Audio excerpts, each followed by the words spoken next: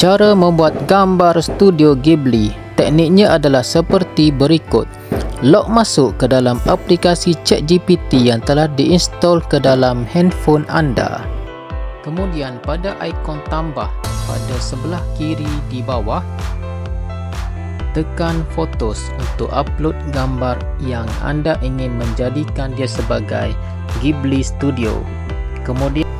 Kemudian upload gambar tersebut dan setkan kepada aplikasi ChatGPT supaya dia menghasilkan satu gambar Studio Ghibli dan tekan Send.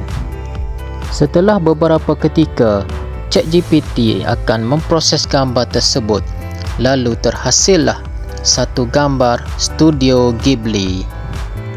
Dengan hanya beberapa langkah sahaja, gambar telah pun terhasil. Setakat ini dahulu untuk paparan pada kali ini. Jumpa lagi dalam video akan datang. Allahumma salli ala Muhammad.